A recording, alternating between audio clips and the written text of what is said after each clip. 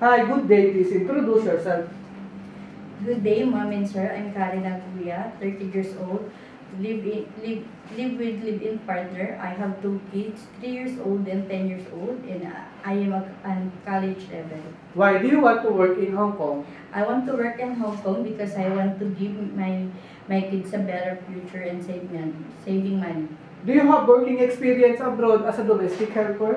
Yes, I have experience before in Saudi Arabia for 2 years and 6 months. What are your duties and responsibilities to your employer? My duties and responsibilities is doing cleaning, ironing, cooking, doing laundry, washing dishes.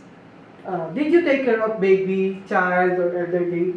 Yes, I took good for baby, children, and elderly. Can you can you tell us how can you take care of them?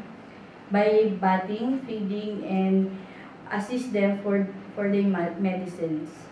Aside what are the aside from taking care of them, what is your skills? My skills is I can cook Filipino dishes, but I'm willing to learn how to cook a Chinese food. What are the traits necessary to be a good domestic helper? As a domestic helper, it's necessary to be a honest, loyal, and hardworking, flexible. Lastly, anything else you want to tell to your future employer? Hi, Mom and Sir.